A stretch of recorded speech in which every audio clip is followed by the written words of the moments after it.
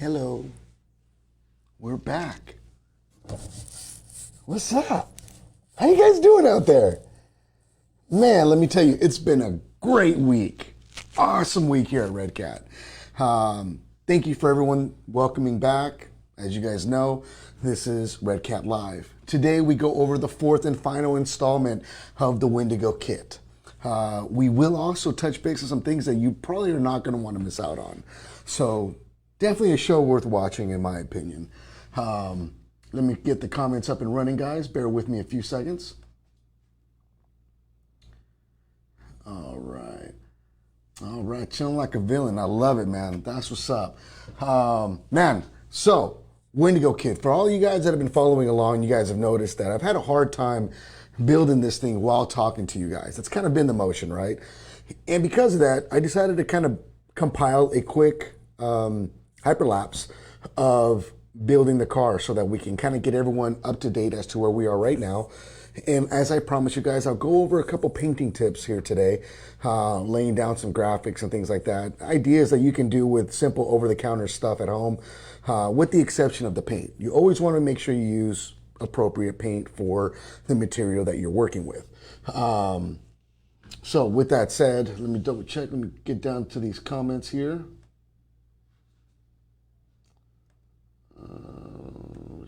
Okay. Rich Campbell, man, what's going on, brother? RC in Motion, what's up? Akemi Raglan, how you doing, sir?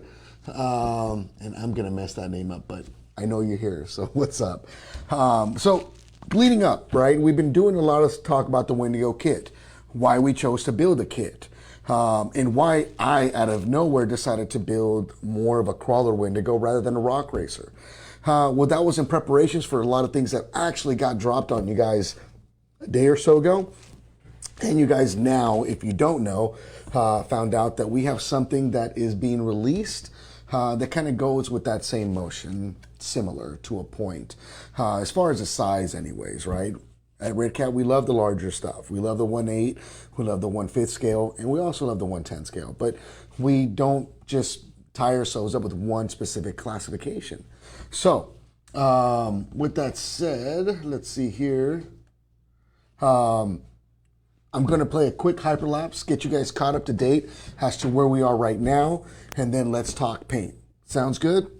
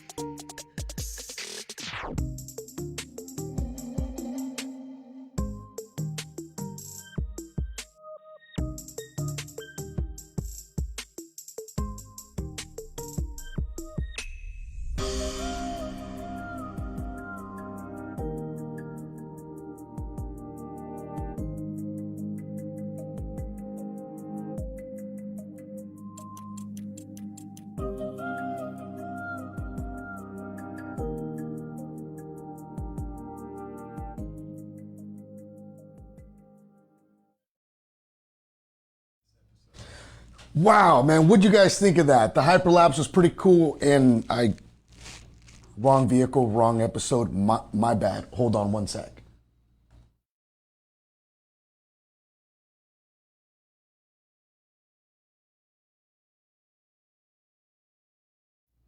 Okay, we got the right vehicle back now. Here it is. Wanted to make sure I teased you guys just a little bit with some good stuff. Trust me, we'll come back to what you guys just saw in a few minutes.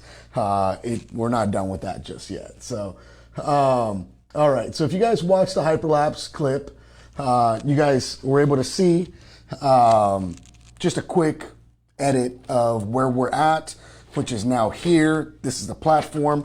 The truck is built.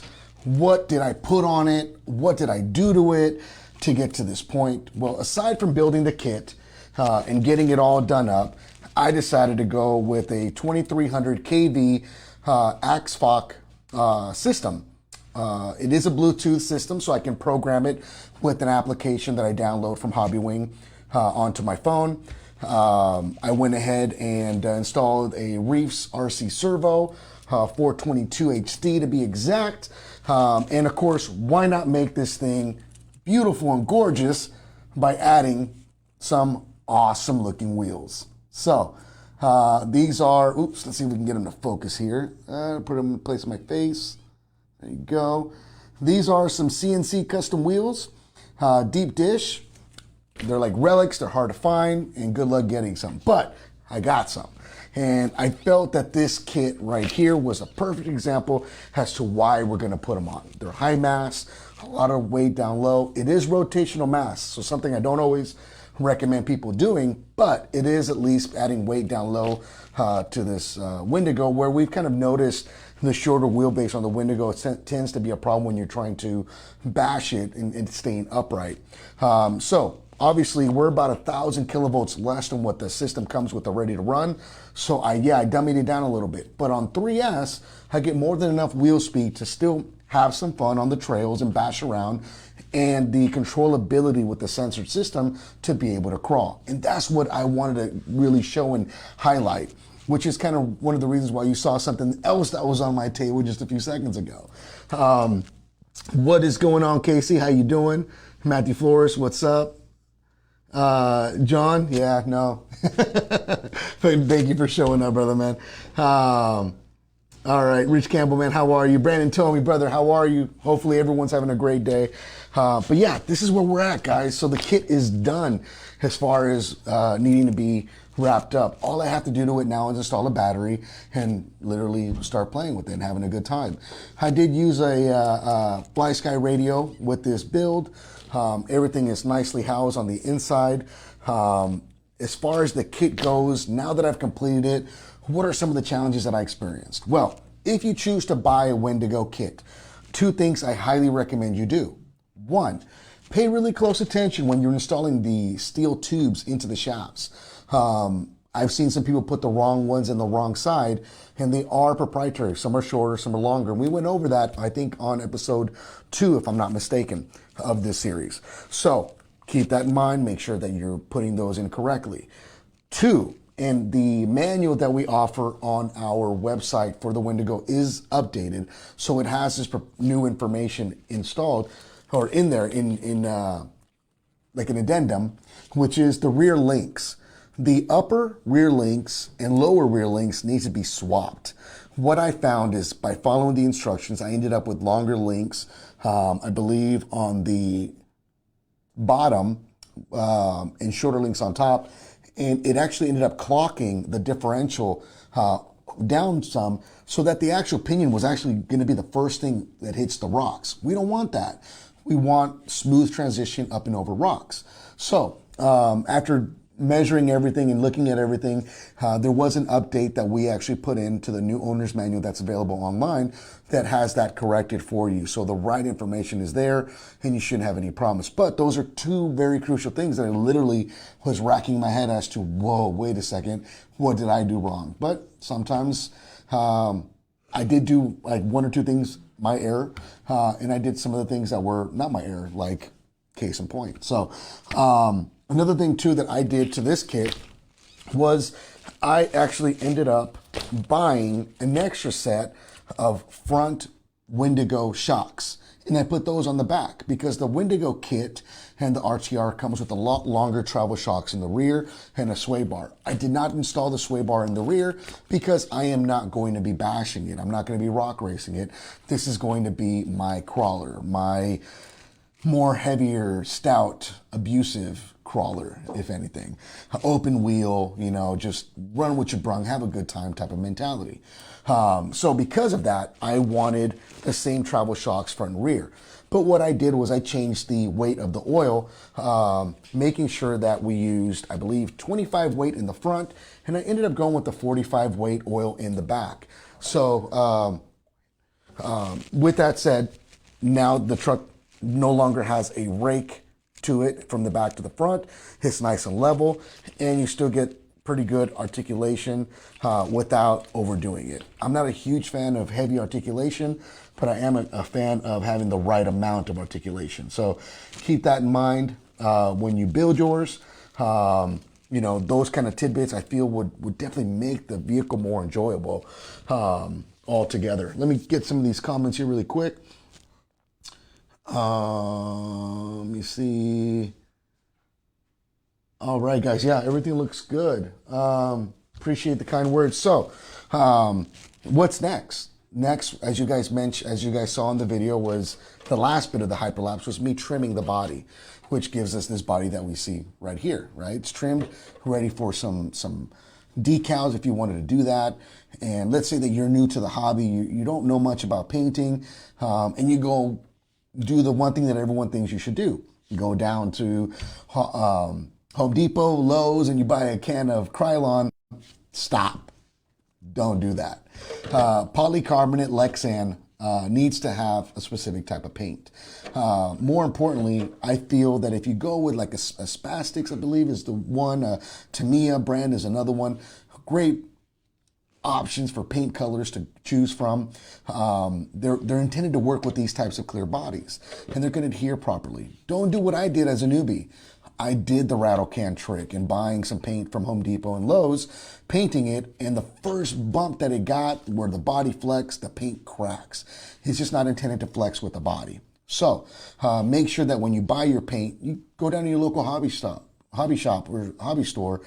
Sometimes even places like Michael's carries those kinds of paints. Just make sure that you're buying it for the appropriate material that you're painting. If you are painting a hard body on the exterior, I don't feel you need to use a polycarbonate flexible type of paint. I feel that any type of paint that you choose will probably suffice the situation just fine, thus giving you even more options for paint palettes and customizations as you go. So,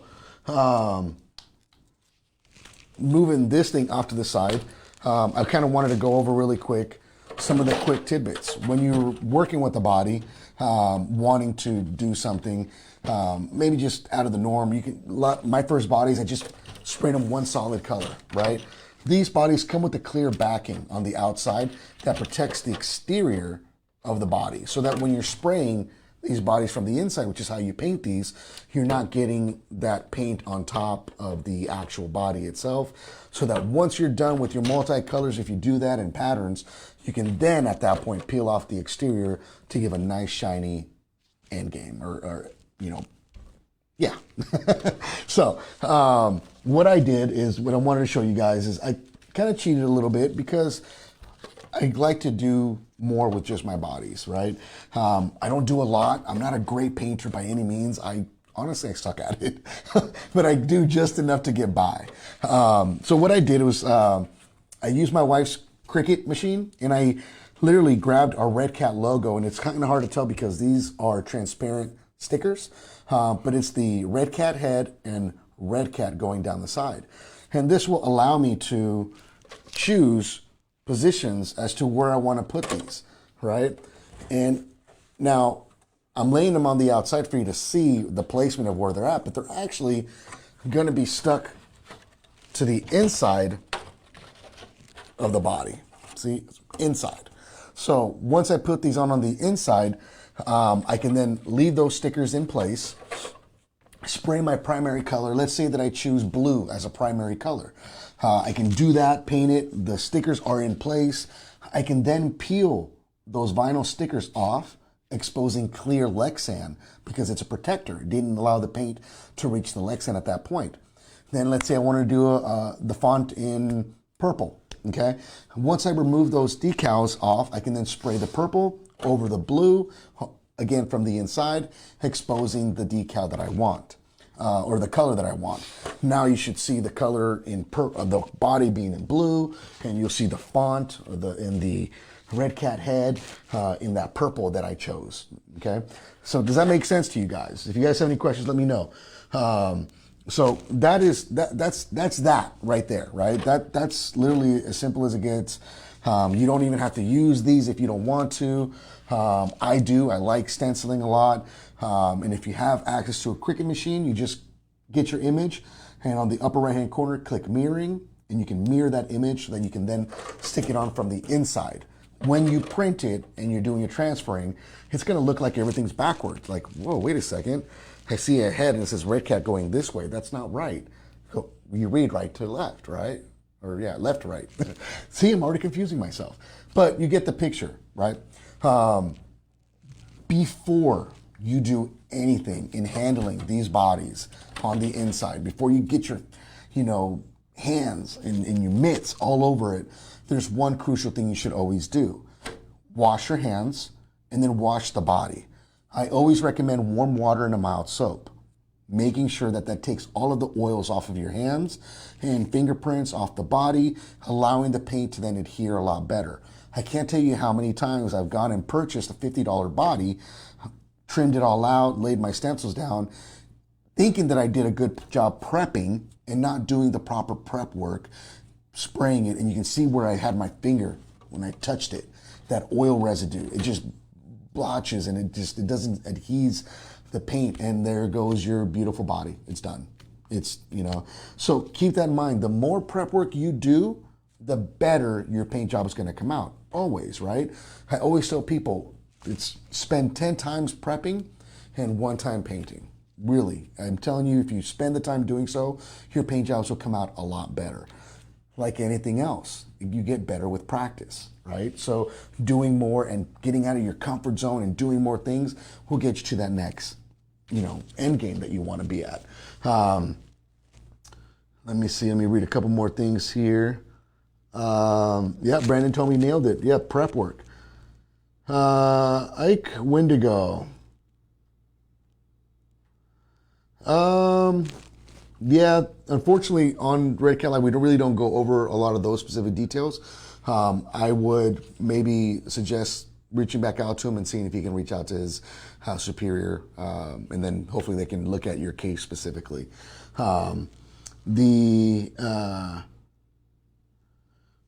Rich, to be honest with you, man, the hardest thing that I have found painting from the inside is remembering that you're always painting in reverse. So the colors that you see are always in a reverse pattern. And you got guys that do some amazing work where they lay down graphics and then they do like checkered flags, and then, they're sitting there airbrushing to add detail. I'm not gonna lie, guys, I can't do any of that. That is just over the top.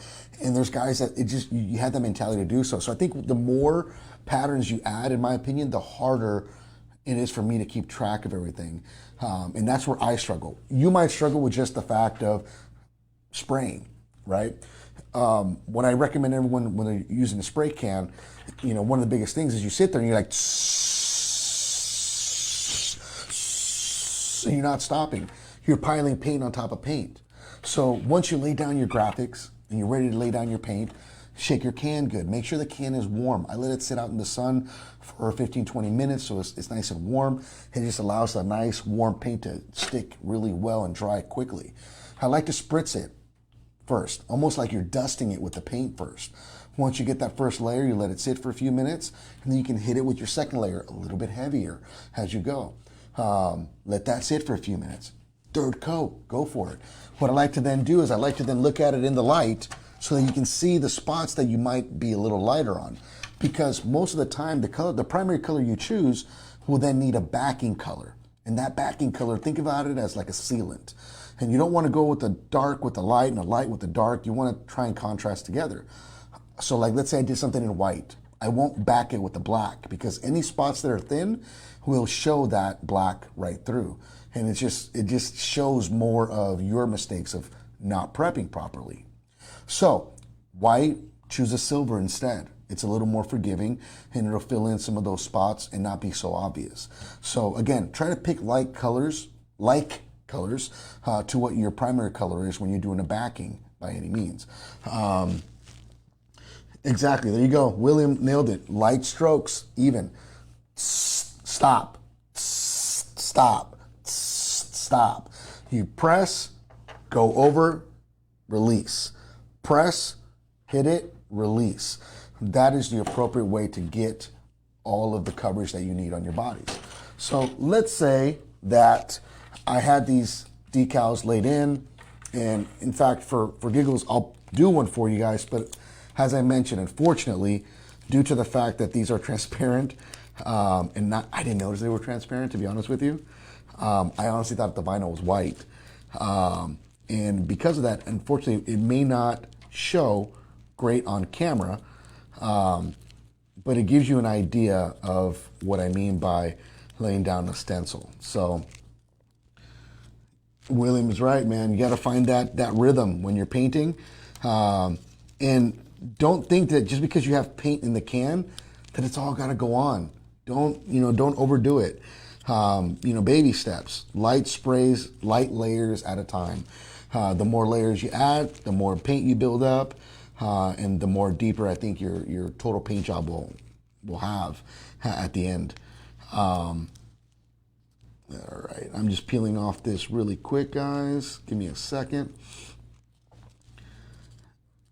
I'm hoping this shows on camera for you guys.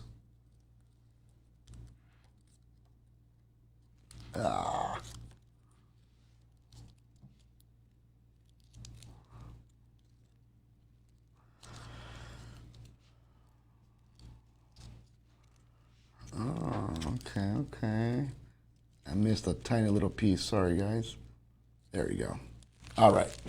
So I don't know if you can see that or not, but there is a Redcat head right here, and it says Redcat going down the side. So again, we're not sticking this on the outside. We're going to stick it on the inside. So what I like to do is first you hold the decal where you want it on the outside with the sticky side facing out to kind of get you lined up as to where you think you're going to want to, position this, okay? Once I found that spot, I'll sit here or stand here and go on the inside of the body, and I'll lay down my graphic right where I want it. You can see the sticker is now in there, and I'm going to press firmly. Make sure you get all the air bubbles out. You don't want any air bubbles. Air bubbles are a nightmare. Imagine any air bubble that you have is a place for paint to get trapped, so that when you're doing your final, paint, or you're peeling this sticker off at the end, it's going to bleed through. You don't want that. Those are the worst things you can do is bleed through. When I see bleed through and someone says, I've been painting for a long time, it's like, come on, dude. Come on, dude. So I'm peeling off the transfer tape, and hopefully you guys can see that there is now a decal. Let me see if I can show you there. You guys can see it there, hopefully. There it is. There's the head. So if you think about it, now that decal will be the last thing I peel off before I put the final color that I want that font to be. So one of the tricks that I like to do, William, another great one, temperature. Temperature's big. You want, low humidity days. 60 to 70 degrees is ideal. I'll be honest with you guys, once you have more experience doing these, you can get away with doing them in a little bit hotter temperatures. I'm gonna show you guys the body here in a little bit. But I did one today and it was about 105 outside. I sprayed it on the inside of the building where it was at a nice, decent 85 degrees. And then I would go outside in the sun to get that rapid, temperature change to get to dry and cure. So yeah, keep those things in mind. So we did talk about colors previously and on this kit because we were going to call it the Redcat Wendigo Reaper build, right? I didn't really go with the Grim Reaper on it, but I think you guys will be happy with what the end game is. So, but let's go. I'll show you guys a little trick that I like to do. So, I personally like a tearing effect. Very ununiformed, all over the place. And I like using your 3M painter's tape for this. If you're really good at taping and stenciling, definitely do so. X-Acto knife, if you wanted to maybe cut out this, cowl on the hood and you wanted that to be different, you can do that by laying down your tape. Okay. Nice and straight, up and over. And I'm just kind of doing this really quickly, guys, to show you. So I do apologize because it's going to look like crap. But in essence, once you have that whole area covered, you can then with your X-Acto knife follow that contour that you wanted to go with so that now you have that area, nicely cut out to the contour you want. I always make sure you press firmly on your tape, making sure, again, there's no air pockets underneath it that can trap any of that paint and overspray coming at it. As I was mentioning before, if you wanted to do like a tearing effect, a lot of the guys, my friends, they know that I like to do these types of paint jobs because they're easy to do. I get a piece of tape, tear it again, and you can just start in one location on a corner. And I just keep tearing. And I slightly change the angles at which I'm taping. And then I do some more. And I just keep getting more tape, okay? And this is one of those times where, like, you just kind of get creative, Again, I tape at an angle. I like the angle cuts like that. I like those. More jagged, the better, okay? And what I like to do is I lay them in and I'm just following any given line that I feel, looks cool. And let me tear these off here.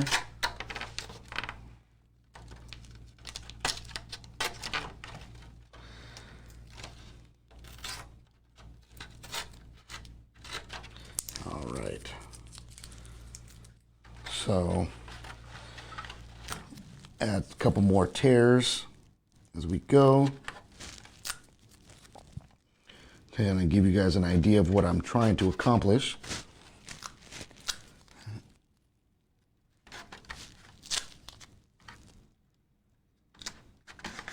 All right.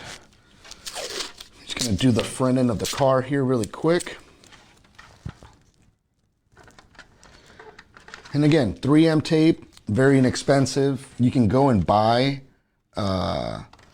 liquid mask if you want as well. Works great. And taping works great, all together. If you're like me where, you kind of you like things not looking, normal. You like them looking different. Not everything is, exactly the way it should be. Then this paint job might be more, of your style. And the great thing about it is it's forgiving, right? You can mess it up. It does not have to be perfect. As I mentioned before, the crazier the lines, I think the better, in my opinion. And I'm almost done with the front, and I'll show you guys what the end result should be with that. So, go. All right, so you guys can see there's a outline happening. And I know you guys see all this scatteredness right here. I'm not worried about that right now because that is what I'm gonna call my second layer, right? So at this point, I'm gonna get my tape, and then I'm going to add to the tape I've already added, just shy of the stuff that I've already laid down, so that I maintain that line, that curvature that I want, but I want to protect, you know, the upper part. So this is, again, this is the prep work time. This is where making sure that everything is covered, that, and again, I'm not doing a great job covering this right now on film, mainly because, you know, we only have so many minutes in an hour episode. But I kind of at least wanted to show you what you can do with some simple tape at home that you might have had left over in a short amount of time. So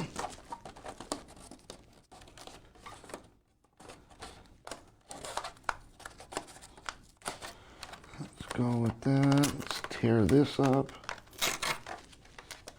And I'm mainly tearing it just so that I can show you. So let's do this line here. All right.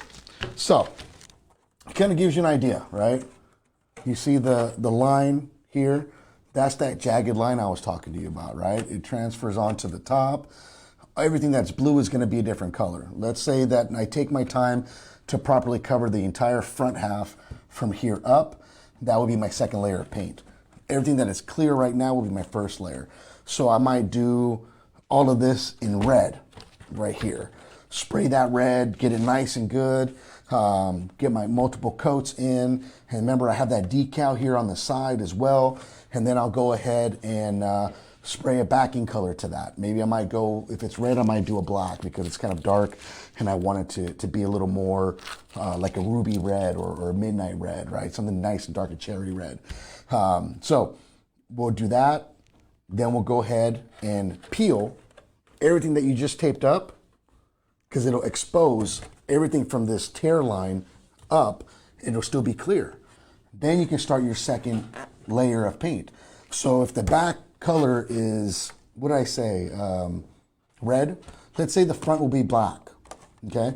So now you have black and red, and this tear line that you've made would be the change, the contrast change between the two colors, or the line that splits the two. You can do the same thing by taping, and if you're really good at taping, do nice straight lines, and then doing, you know, a pinstriping effect, right? Where you take off that line at the end and maybe spray a third color in that clear area, or use the line as your tape mark, right? You have your line, and from that line you can add your tape above it, and then when you peel it off, it's everything from underneath it is clear. So lots of options. Once you do that, then you go to your third layer, because remember, we still have a decal here.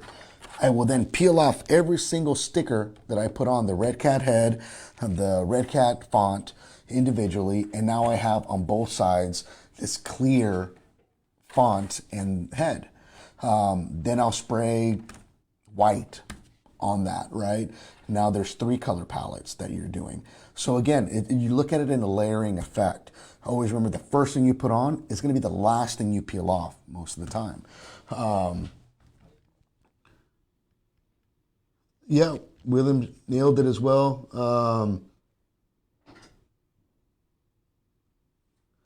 Beautiful, man. And that's what it's about, man. And I appreciate you, William, for giving us so much of your feedback as well, brother. Sounds like you've had quite a bit of experience painting, and I appreciate that. So thank you very much. With that said, what happens next, right? We talked about the design. Easy to do designs in that fashion. There's other guys that can cut out, tape a whole body on the inside, and then draw, let's say, a checkered flag, and cut every other white out, or all the white pieces out, spray your white, and then peel the other blacks out, and they'll be clear, spray those black, and at the end you'd have a checker flag effect. So it kind of goes, you know, in that same sense. So this is kind of where we're at now, right? So because there's magic in photography and videography, I actually went ahead and already painted this body. So We'll toss that off to the side. We'll bring good old Wendigo back here. And because I can and because I will, I'm going to show you guys the end result of the Arizona Reaper. There you go. This is my version of the Wendigo crawler / rock racer, right? I actually went with a little bit of a different palette. From what you guys can see, I'll move this actually off to the side so you guys can see it. I did that same tearing effect that we were talking about. Let me see if I can have my head. With the Redcat logo embedded on the inside. It's white pearl on the front. Again, Redcat head there. The same tearing effect that I was showing you guys, I did that there as well. And it carries on to this side, where again, you got the black or gunmetal going all the way across. So it kind of gives you this ununiformed look, right? That just screams wild and different and unique.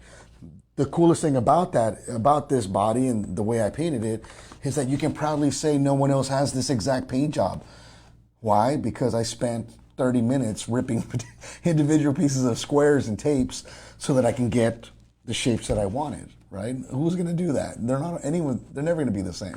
So, you know, there's kind of a sense of pride of doing that and making it your own. I did kind of go a little crazy, and I did go with some transparent yellow on the headlights to give it more of that Euro look. And on top of that, because, you know, I'm an off-road fan, I know off-roading, a lot of the yellow amber lights are used, so I wanted to make sure that we did that there as well. I did keep the top clear for now. I actually have some tint on order. I tried smoking one with transparent smoke. Problem with it is that it wasn't transparent. Like, it wasn't see-through. It actually ended up looking really foggy, and I just didn't like it. So I have a piece of tint coming where I'll go ahead and just tint this myself. And I think I just chose like a 50% tint on it just to give it a little bit of contrast, but clarity to be able to see inside. Stickers are in there. I went ahead and added those as well. You guys can see. There you go. There's a Redcat head. Other logo on the other side. So the end color palette ended up being gunmetal, white pearl, and red metallic. I did use a silver backing color to seal it. So if you guys want to see underneath, what I mean by layering is that's the color that you end up on the inside. Now take it, there is gunmetal, there's white, there's red, and then silver to seal it all up. So at this point, after it cures, I probably could go over it with the black and make it so that when it's on the car and it's in the air and everything's black on the inside, so it won't show. And I may do that still. So this build at this point will be taken to a couple different shows and shown off. By no means is this a professional build. By no means is this a top of the line, over the top build. It's a Wendigo kit, right? And because it's a Wendigo kit and knowing what it can do, I wanted to do something a little bit different and make it a rock race, more of a rock crawler type of a sensation. Big tire rock crawler. That's why we slapped the CNC custom wheels on here with the Super Swamper tires on it. These are real bead locks on this bad boy, so you guys can see right there. And I actually do have some scale rotors on the inside, 350 SLW hubs to space out the wheels just enough. This thing's a beast. It's ready to be used. It's ready to be enjoyed. It'll probably go to a couple trade shows first. It'll make its way around, the U.S. Before finally coming back into my hands, where I can then start to use and abuse it some. So I love it. This is what I enjoy the most about the hobby, which is when you build a kit, it's unique. I chose the electronics because that's what I wanted. I chose this wheel and tire combo because that's what I wanted. Take in mind, these tires are the ones that come with the kit, but I like them. I like the way they look. They looked aggressive, so why change what works? the body. I was able to then transform the body into something that is a lot more unique. It's not something that's on the shelf that everyone else has as far as the paint work. These are all the little tidbits, little things that you can do to your kit, whatever kit it is that you build, to make it awesome in its own right for the way you want it to be. So everyone had asked me, and I got a lot of questions, Oscar, why are you building a kit? Why don't you buy an RTR? Every reason I labeled or named off to you just now is an exact reason why I chose a kit and why I will continue to choose kits anytime they're available. Because this kit, building it, I have hours into it. I'm invested. If something breaks, I know exactly where everything is because I'm the one that had my hands all my big old sausage fingers, just, messing it all up. But there's a sense of pride, right? There's a sense of accomplishment when you're done with it. It's like when you were a kid and built that Lego set and you wrapped up with it. It was so cool to have it all done, right? So with them, unfortunately, the wheels, you're not going to find these wheels. They're not available unless for some way, shape, or form, CNC Custom Wheels on Instagram happens to offer them up on sale again. So it's kind of a hit or miss on these wheels. That's why I'm really big on them. These actually have scale hardware on them. They're acorn style lug nuts on them, and button head screws on the bead locks as well. A lot of scale hardware, goes into that, but great looking wheels. If you can get your hands on them, always great investment. So that's the Wendigo kit, man. This is what it now looks like complete. All right, guys, check it out. There it is. There she is. So she's ready. Oh man, I'm telling you, I almost don't even want to mess this thing up. But I do. I want to mess it up. I always fight myself with this, right? So that's it, man. That's the end of the series of the Wendigo kit and what went into it and what electronics were chosen. If you weren't here for that, again, we are running a Reese 422 HD servo. We are running an Axe Fox system, 2300 kilovolt on 3S brushless. Censored system, no cogging. This thing is going to be able to do really, really slow creep crawling without stuttering or missing a single step. It's going to make it look like butter. The gradual brake activity that the Axe Fox system does and gives you, when you activate it, it'll make this vehicle that when you go to stop, it won't just do the natural crawler, jitter. It'll actually smoothly come to a stop. All those little things, Hobbywing really did a great job at doing that and bringing it up to date so that they can offer that to all the people that are, into crawling and into that scale atmosphere. So, all right, so that's that. We're wrapped. Yeah, I'll take some pictures of it. We'll make sure we post them up on the Wendigo page as well as the RC bashing pages as well. And hopefully you guys can enjoy it a little bit more before we take it off to a couple shows for people to observe and look at. So we'll put that off to the side. For a lot of you guys, actually, we'll put it right here because it looks good there. Let me see. Let me catch up on a couple comments really quick, guys. Sorry. Thank you, Vince. Appreciate the love, man. Greg Wynn, what's up? Let's see. Hayden, thank you very much, bro.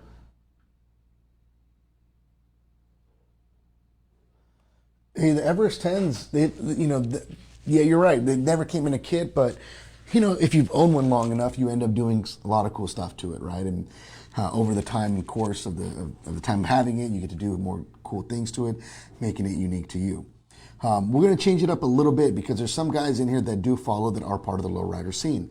For a lot of you guys that don't know, last Friday we went ahead and dropped all of the new chrome chassis, upper, lower arms, as well as I believe fuel tank / trunk pan, because there's a debate about that. The frame rails themselves, a lot of cool stuff has come out to help you customize your 64. Make sure you check out last week's live feed because there were some tidbits I wanted you guys to know about.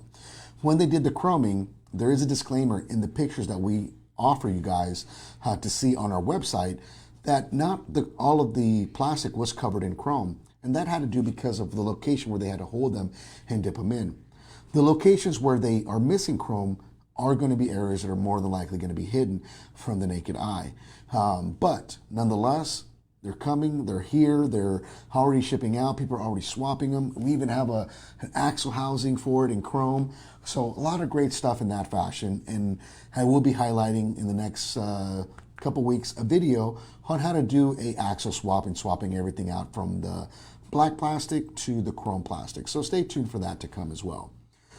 What is next? Well, rumor has it that something gold arrived.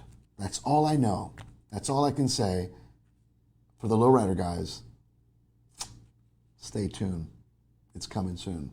The other flip side is there was a leak that happened, not even a leak, really, but RC Car Action magazine actually did a feature on a new 1/8 scale crawler. We're not going to talk a lot about this thing, but we have a lot more stuff to come. We do have the actual truck that I used to film the video that we did with the engineering team, and we'll be sharing that video here in the next couple weeks as we go. I also, after that video, was able to put approximately about 13 hours on this build, and so far is holding up really well. I can't not lie. The more I use it, the more I like it. And because of it, I'm excited. I'm excited for what's to come. Lots of details. And next week, we might even do a full unboxing of this product. What is it? It is the Marksman, the TC8 chassis, as it's been called, or as we have labeled it. And the Marksman is the name of the actual overall car. It is based off of Jeep-like attributions, or I should say features. Matte green finish. Paint gets scuffed and it shows this really cool brown rust from underneath. Yeah. It's fun. I'm not going to lie to you guys. The tire compound, the foams are awesome. It does great. Yeah, I'm not going to lie to you. This thing is fun to use and fun to drive. I want to talk a lot about it, and I want to tell you all of the nitty gritty on it, but I can't. Not yet. Because I like keeping people in suspense. These are standard hexes, 12 millimeters. It's about as much as I can tell you. And this is a crawler. And it's probably my new favorite crawler. There's just something about it. It's so cool. I like it. So stay tuned. The next couple of weeks are going to be awesome. And we should hopefully see these things hit our warehouse sometime mid to end of next month. So stay tuned. If you are interested, go to our website.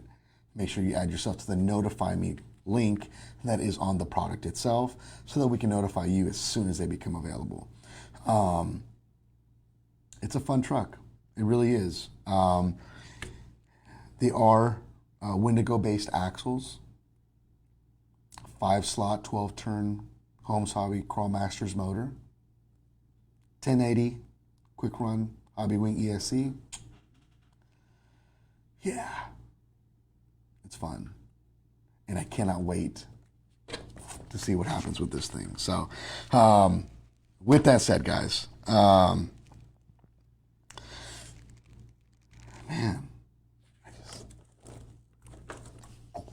oh.